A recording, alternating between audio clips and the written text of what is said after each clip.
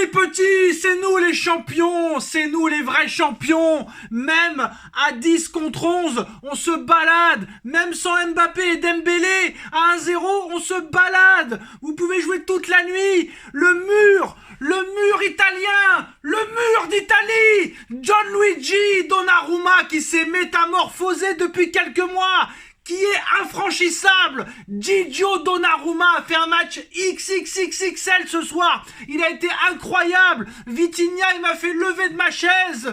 Franchement, un grand Paris Saint-Germain ce soir, et même pas, on a été très moyen. On a été très moyen parce qu'on n'a même pas eu besoin de forcer notre talent pour taper cette équipe de Marseille qui n'existe plus, même en Ligue 1. Deuxième Brest, troisième Monaco, même quand Lyon n'est pas au niveau, même quand Bordeaux et Saint-Etienne sont en Ligue 2, vous n'arrivez même pas à être dans le top 5. Franchement, ce soir, je suis trop content. Et franchement, c'était mal barré. Vu le niveau de la première mi-temps. Première mi-temps catastrophique des deux côtés. La première mi-temps, c'était pas un match de football. C'était pas un match de football. C'était un match de football amateur. Et encore, je suis gentil. Je suis vraiment très gentil. La première mi-temps, elle est catastrophique des deux côtés. Mais surtout du PSG. Ce n'était pas un PSG en mode Ligue des Champions en première mi-temps.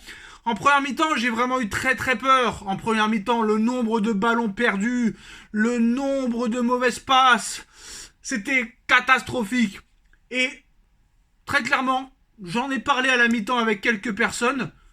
Ce carton rouge de Beraldo, je pense, a fait réveiller les choses. C'est-à-dire que Luis Enrique a dû repenser son équipe pour la deuxième mi-temps et ça a marché. En contre-attaque, Paris a été efficace. Le premier but, il est exceptionnel.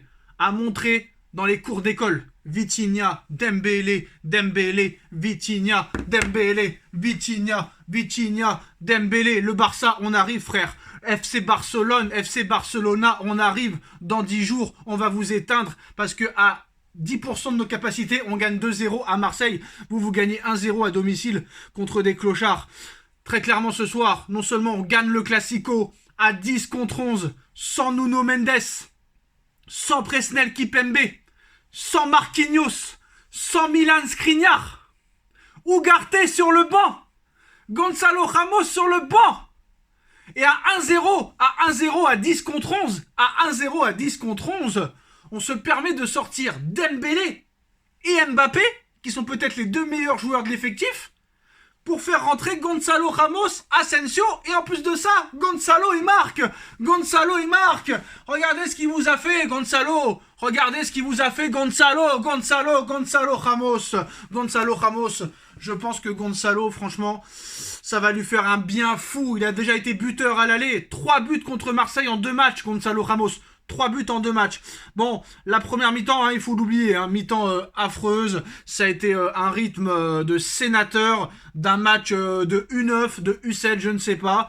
Par contre, Fabian Ruiz, calamiteux, catastrophique. Il faut enlever Ruiz et mettre Ugarte, Luis. Luis, fais-moi plaisir. T'es peut-être le meilleur entraîneur du Paris Saint-Germain de l'histoire. À vérifier. On verra en demi-finale de Coupe de France et en Ligue des Champions ce que ça va donner. Mais Luis, tu me fais lever de ma chaise depuis quelques semaines. Ce pressing tout-terrain, ces attaques directes, ce changement de jeu en plein match. On laisse tomber la possession et on joue en contre-attaque. Luis Enrique peut innover à tout moment dans le match. Et ça, on l'avait pas avec les précédents coachs. C'est ça qui change. Luis Enrique a apporté du sang neuf à cette équipe. Marco, tu peux pas jouer avec nous. T'as une hygiène de vie de merde. Tu dois dégager. Léo Messi, t'es le plus grand joueur de l'histoire. Tu dois dégager. Neymar, t'es le plus gros gâchis de l'histoire du foot. Tu dois dégager. Vous devez dégager. Vous n'avez pas réussi au PSG. Vous devez partir. Et ils sont partis. Et le PSG se porte beaucoup mieux sans ses Neymar, sans ses Verratti et sans Léo Messi, avec tout le respect que j'ai pour lui. Alors Kylian ce soir, Kylian, t'as été fantomatique, inexistant, invisible. T'as été l'homme invisible ce soir, Kylian. Achraf, ta femme, pareil, catastrophique. Je pense qu'il y a un peu de remue-ménage dans le couple Hakimi-Mbappé. Vous avez été catastrophique ce soir. En première mi-temps, tu voyais un peu que les hommes d'Enrique cherchaient le 0-0. Paris est venu chercher le 0-0. Et c'est vraiment ce 10 contre 11 qui a fait que Enrique leur a expliqué à la mi-temps, on n'a plus rien à perdre. Donc on va pas subir pendant 45 voire 50 minutes en deuxième mi-temps pour assurer le 0-0. Non, on aura des possibilités en contre-attaque, vu que Marseille, ils vont être poussés par tout le Vélodrome pour gagner ce match, vu qu'ils n'ont plus rien à perdre dans son championnat.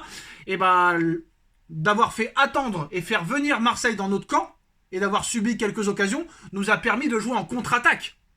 Et le premier but de Vitinha avec Dembélé, c'est un but en contre exceptionnel. Et le but de Ramos à la fin, c'est un but aussi en contre exceptionnel. Parce que l'Olympique de Marseille, les Marseillais ont vraiment attaqué à partir du 1-0.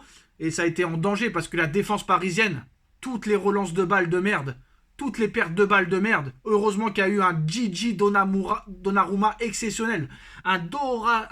J'arrive plus à dire ton nom. Comment t'appelles-tu, Gigio Donnarumma, il a été exceptionnel. Des doubles arrêts, des triples arrêts, des quadruples arrêts, des quintuples arrêts. Ce soir, il était infranchissable, Donnarumma. Et Paris a été très moyen ce soir. Le PSG a été très moyen ce soir et le PSG s'en est quand même sorti. Parce que, franchement, 25 milliards de ballons perdus en première mi-temps.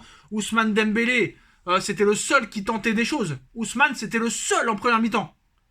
Et Ousmane Dembélé, pour moi, il est pas loin d'être l'homme du match, même si Vitinha, pour moi, a été exceptionnel. J'ai du mal entre Vitinha et Donnarumma.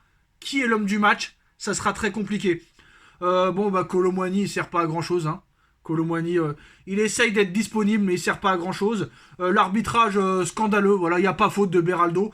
Mais peut-être que ça a été un bien pour un mal, l'expulsion de Beraldo. Mais en tout cas, Paris, presque sans défense centrale.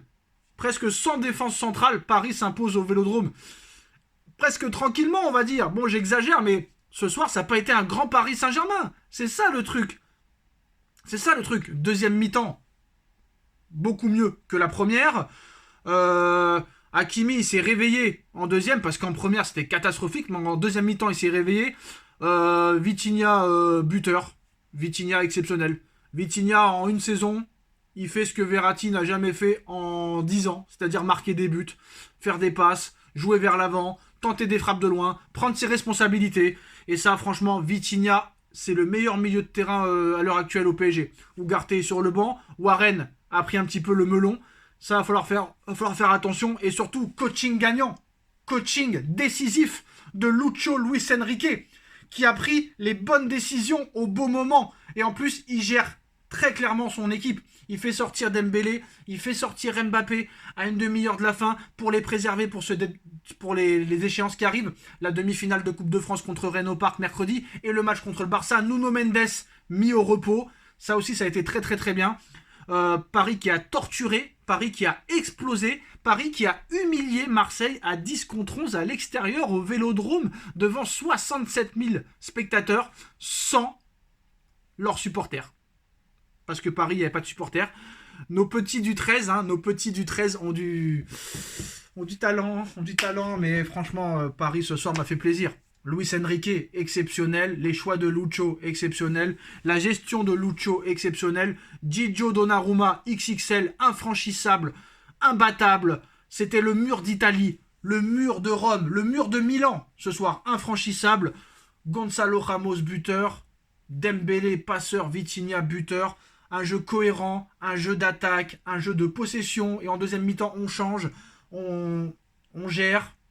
Par rapport au carton rouge, on n'a plus le choix, on doit jouer en contre-attaque et ça va à 300 à l'heure. Franchement, un bon entraîneur, une bonne équipe, une bonne... Il y a quelque chose qui se passe, quoi. Tu vois qu'il y a quelque chose qui se passe. Tu vois que le message du coach, il passe.